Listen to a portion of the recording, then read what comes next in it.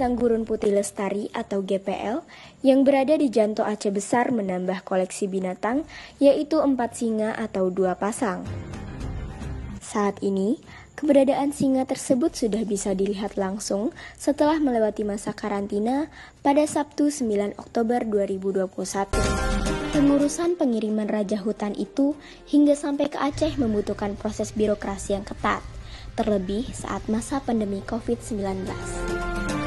2 pasang singa yang didatangkan itu adalah sepasang white lion dan sepasang yellow lion. Singa itu dikirim dari Czechoslovakia pada 19 September 2021 menggunakan pesawat kargo Qatar Airways. Sebelum tiba di Indonesia, pesawat tersebut sempat transit beberapa jam di Doha, Qatar.